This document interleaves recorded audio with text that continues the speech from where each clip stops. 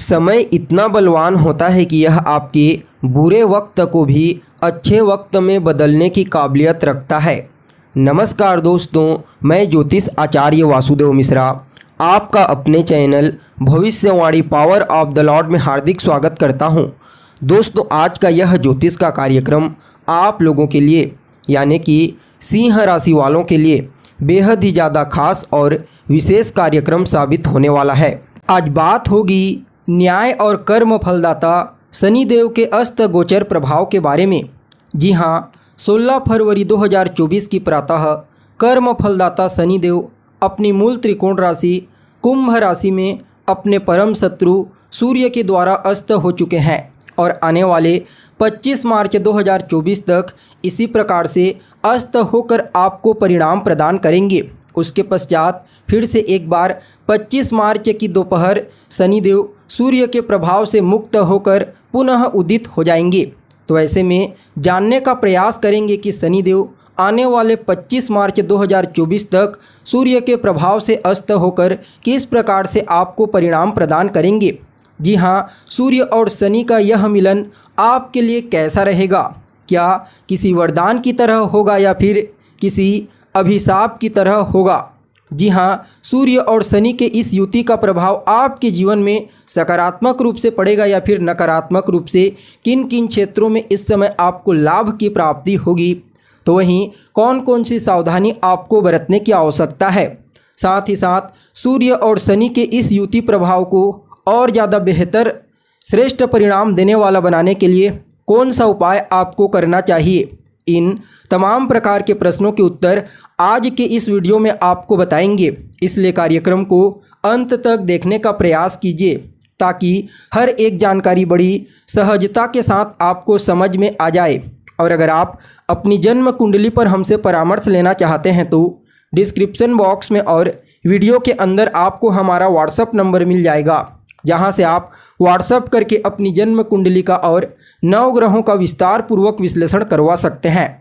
वैसे देखा जाए तो ज्योतिष शास्त्र के मुताबिक किसी भी ग्रह का सूर्य के प्रभाव से अस्त होना कोई अच्छी घटना नहीं मानी जाती, लेकिन शनिदेव को संघर्ष का कारक ग्रह माना जाता है। इसलिए कभी कभी शनिदेव का अस्त होना भी अच्छा होता है। वर्तमान समय में जिन लोगों को शनि के द्वारा नकारात्मक प्रभाव मिल रहा है उनको काफ़ी हद तक राहत मिलेगी। जैसे कि शनि की 7.5 से पीड़ित व्यक्ति, ढैया से पीड़ित व्यक्ति, कंटक से पीड़ित व्यक्ति, या फिर जिनके जीवन में शनि की दशा अंतर्दशा चल रही है और शनि उनको पीड़ित कर रहे हैं, तो इस कंडीशन में कुछ राहत अवश्य प्राप्त होगा। हालांकि शनिदेव के जो कारकत्व होते हैं उनमें कुछ कमजोरी अवश्य महसूस होगी।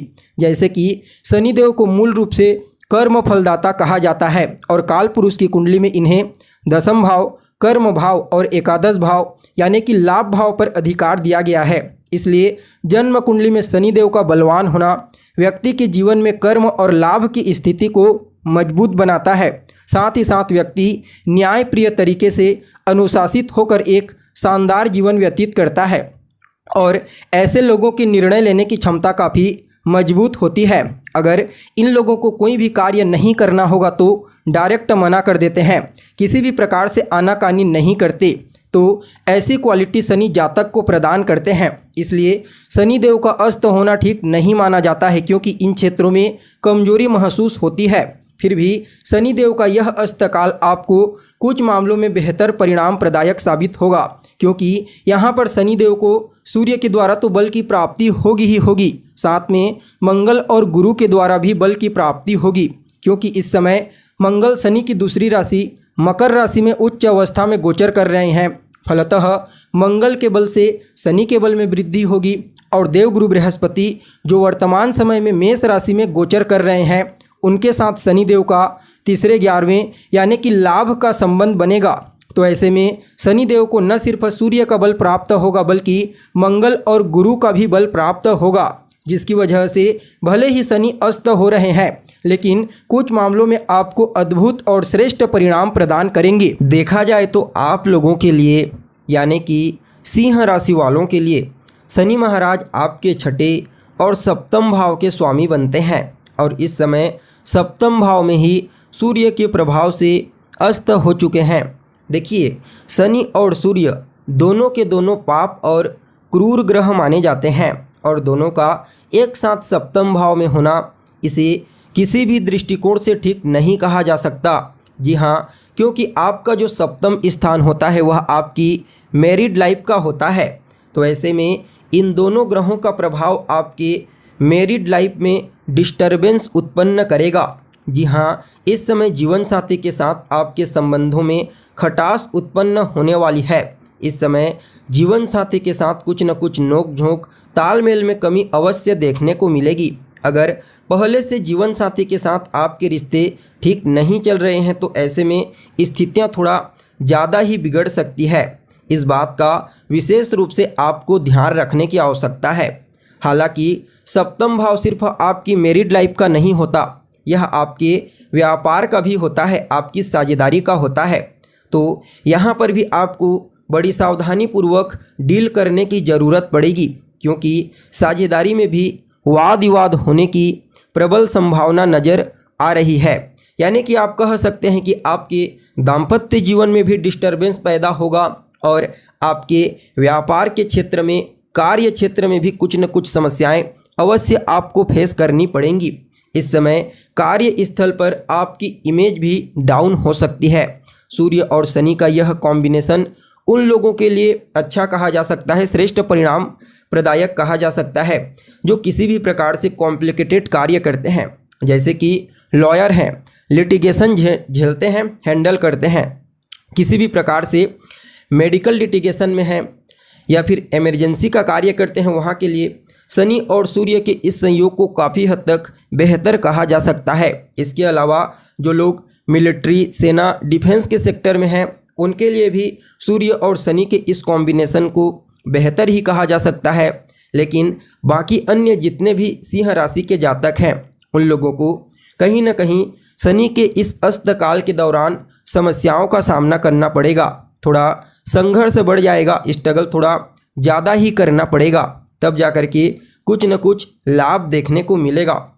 देखिए, सप्तम भाव में दोनों ग्रहों की युति बनेगी तो सप्तम भाव में तो अग्नि तत्व की मात्रा बढ़ेगी ही बढ़ेगी। साथ में आपके व्यक्तित्व को भी दोनों ग्रह देखेंगे, आपके लग्न को। तो यहाँ पर आप समझ सकते हैं कि आपके व्यक्तित्व में भी अग्नि तत्व की मात्रा बढ़ेगी और यह आपकी वाणी और आपके व्यक्तित्व को बेहद ही ज़्यादा प्रभावशाली बना देगी। जी हाँ, इस समय आपकी बातों में गंभीरता देखने को मिलेगी।